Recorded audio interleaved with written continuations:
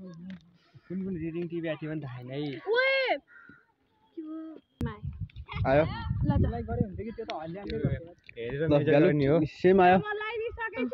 ल मेजर गर्न गइरहेछ मेजर भइसक्यो त्यसपछि भ्यालु पनि दिइसकेको छ है भ्यालु भ्यालु टिपे भ्यालु ए टिप न नर्थ चाहिँ 3088 180.957 .957 अनि ईस्ट हो अब अर्को ईस्ट 77 यस्तो भन् के 77 57 77 77 57 91 .095 095 अर्को जेड फेरि जेड भने के हो 362 point 296 .296 नेपालीबाट गाह्रो हुन्छ जेड लेख्यौ 362.292 यहाँ चाहिँ अब विशाल जो हाम्रो विशाल जो न्यू भ्लगरको एकदम ठुलो भ्लगरको पालो आइसकेको छ ल अब हेर्नुहुन्छ एकछिनपछि त्यहाँ मिलाउँदैछन् अलि मिलाइसी देखाउँछु ल यताबाट सरहरू पनि स्विट जानुभयो यो सेटअप भइसकेको छ हैन जानुभयो त्यसपछि उपर त्यो पिजी मलाई सेटअप गरिरहेको छ पुरै स्टेसनमा अब हामी चाहिँ यहाँबाट त्यसको के अरे this horizontal east north east र एलिभेसन हामीले निकाल्छौँ ल विशालजीले चाहिँ निकाल्नुहुन्छ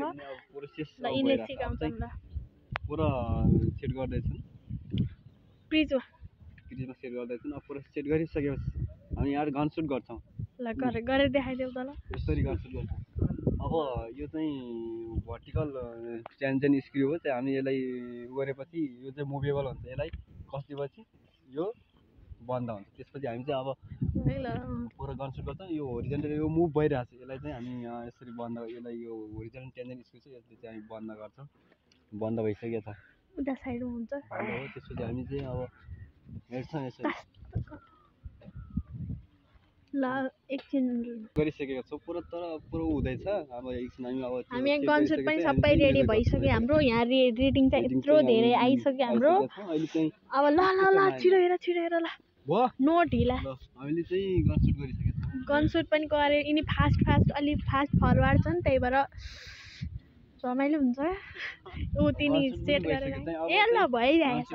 हामी अब मेजर गर्छौँ अब गनसुट भइसि ल मेजर भन्ने देखाइदेऊ ल मेजर भन्ने लेख्छ त्यहाँ मेजर भएपछि एकछिन रोक्नुपर्छ त्यहाँ बिचमा पार्यो नि ट्याक्कै मेजर हुन टाइम लाग्यो त आज त किन हेर मै त यिनले के हेरे भन्ने देखाउ त यिनले के हेरे ऊ माथि हेरेछ नि हुन्छ त ल स्टप गरे स्टप गन सुट भइसक्यो ल गरे यिनले ल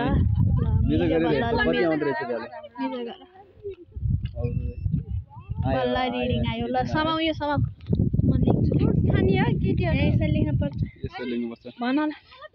यहाँ चाहिँ 3088.187.578 माय गॉड नेस त्यसपछि ईस्ट चाहिँ 775 789.98